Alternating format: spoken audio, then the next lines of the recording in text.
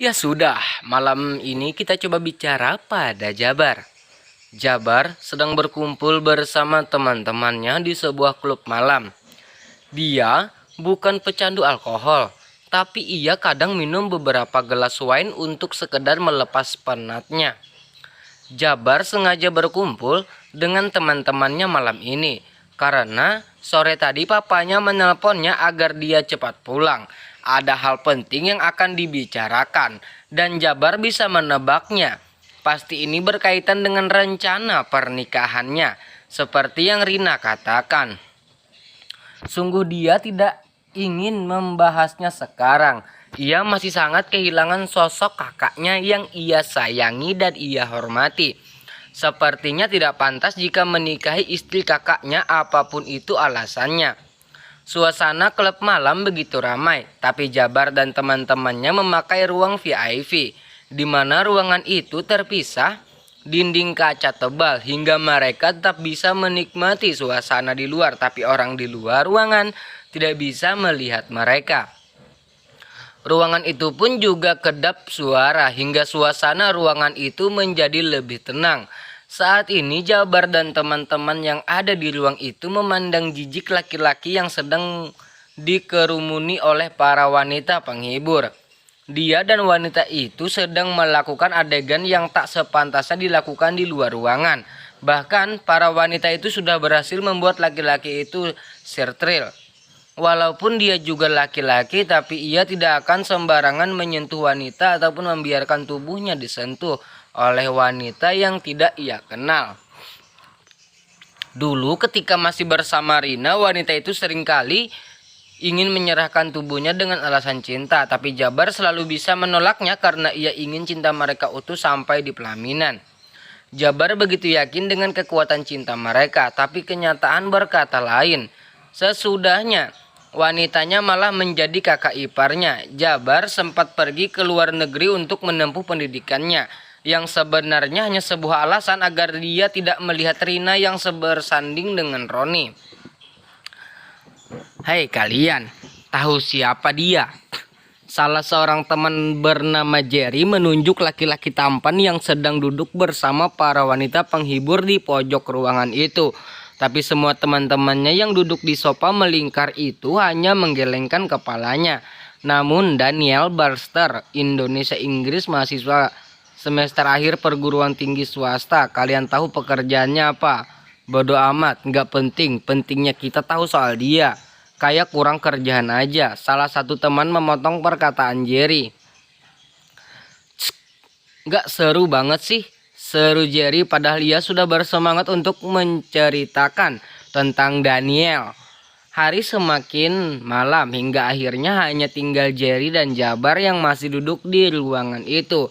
Biasanya Jabar lebih dulu meninggalkan Carol, teman-temannya, tapi kali ini ia sedang malas untuk pulang.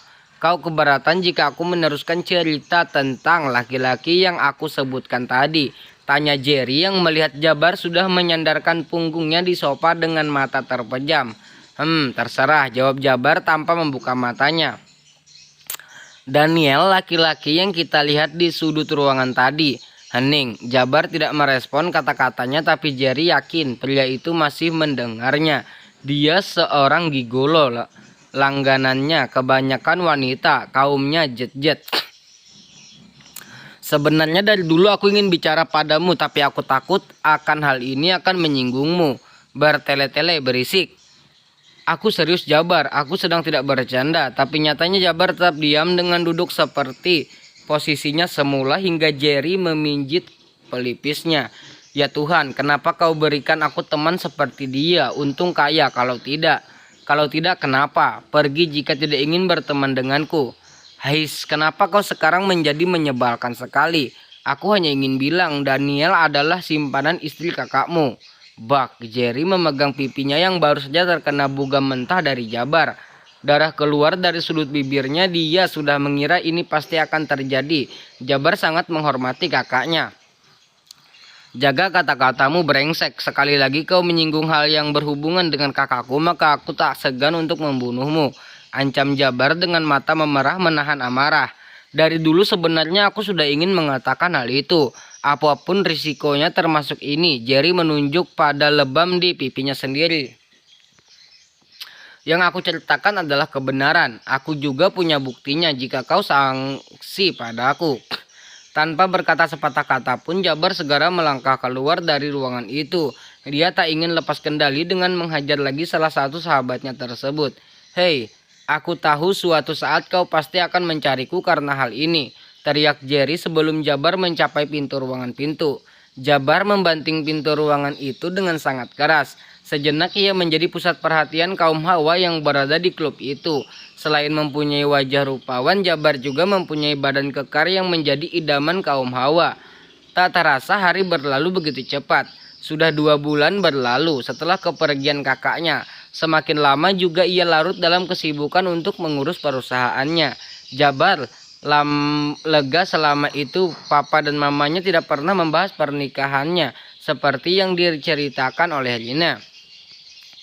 Jabar pulang dini hari, keadaan rumah sudah begitu sepi. Dia segera menuju kamarnya untuk segera beristirahat.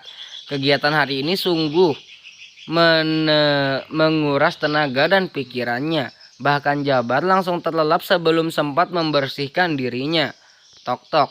Jabar dikejutkan dengan bunyi gedoran pintu saat ia masih terlelap. Dengan sangat malas ia berjalan menuju pintu dan membukanya. Ia menatap tajam seorang pelayan yang terlihat sangat panik. "Maaf tuan, Nyonya berpesan agar tuan secepatnya menyusul ke rumah sakit sekarang," kata pelayan itu sedikit ketakutan. Majikannya yang satu ini terkenal mempunyai sifat sangat dingin. "Kenapa aku harus ke sana, Tuan Besar Onval? Pagi ini Nyonya langsung membawanya ke rumah sakit." "Bodoh, kenapa kalian tidak segera membangunkan aku?"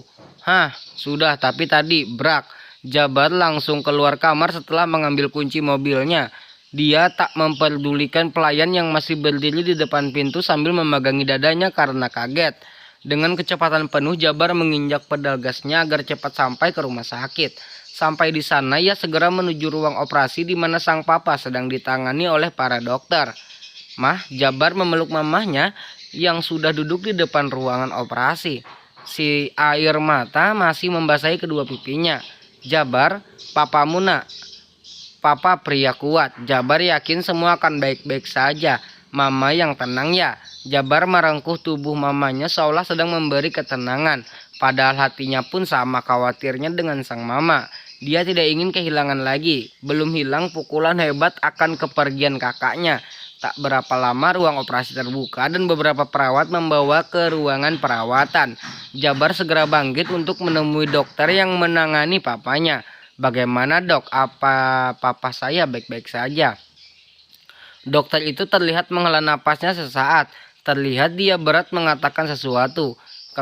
Kami bisa mengatasi jantungnya, tapi maaf, kami mengangkat 1 ginjal Pak Johan karena memang sudah tidak bisa diselamatkan." "Apa itu berbahaya dok?" "Beliau sekarang hanya punya 1 ginjal. Itu berarti kita harus benar-benar menjaga pola makannya. Ditambah lagi dengan penyakit jantung, kita sebisa mungkin menjaga suasana hatinya. Itu saran saya." Jabar sedikit lega ketika sudah mendengarkan penjelasan dari dokter. Itu pun sudah mulai tenang. Mereka menunggu Johan sadar dari pengaruh obat ketika operasi. Beberapa alat terlihat masih menempel di tubuhnya. "Jabar, biar mama yang jaga papamu. Kau bisa pulang istirahat. Mama tahu tadi kau baru saja istirahat. Jangan terlalu sering pulang pagi nak. Jaga kesehatanmu. Hanya kau yang papa dan mama punya saat ini." "Mah, Jabar tidak apa-apa. Jabar bisa istirahat di sofa itu jika nanti mengantuk. Untuk urusan kantor Jabar bisa menghandle dari sini." "Ya sudah, kamu tidur dulu. Nanti mama bangunin jika papa sudah sadar." Jabar menuruti kata mamanya. Lagi pula ia memang sangat mengantuk saat ini. Akhirnya ia terlelap atas sofa yang ada di ruangan itu. Jabar terbangun ketika mendengar suara laki-laki di ruangan itu. Ternyata dokter sedang memeriksa papahnya. Papahnya sudah tersadar dan sang mama terlihat setia berada di sampingnya. "Jabar," suara lirih Johan masih dengan jelas bisa ia dengarkan. "Iya Pak, Jabar di sini." Jabar melangkah mendekati ranjang papahnya. "Mama dan papa tahu kau menghindari kami akhir-akhir ini. Kami tahu kau pasti sudah mengetahui apa yang akan kami bicarakan padamu." Tari mewakili suara hati suaminya karena Johan belum boleh banyak bergerak ataupun berbicara terlebih dahulu. Papa dan Mama ingin kamu menikah. Percayalah, kami sudah memikirkan matang-matang tentang hal itu. Dia yang terbaik untukmu. Dia wanita yang baik. Kami juga sudah menganggapnya seperti putri kami sendiri. Jabar masih diam. Ia ingin mamanya berbicara terlebih dahulu. Karena saat ini dia tidak boleh gegabah bertindak. Sesuai pesan dokter, jika ia harus menjaga suasana hati papahnya. Mama harap kau bisa menerimanya. Kami berharap kalian bisa menjadi keluarga yang bahagia. Siapa maksud ibu? Siapa wanita yang akan aku nikahi? Tari menghela napasnya seperti ia berat untuk menyebut nama wanita itu. Sejujurnya ia tahu Jabar pasti akan menolaknya. Johan menguatkan dengan menggenggam tangan istrinya agar lebih tenang. Mantan istri kakakmu, ibu dari cucu kami. Baik. Tari dan Johan saling memandang. Mereka terkejut dengan jawaban Jabar yang sangat cepat itu. Bagaimana cerita selanjutnya? Lanjut di bab berikutnya.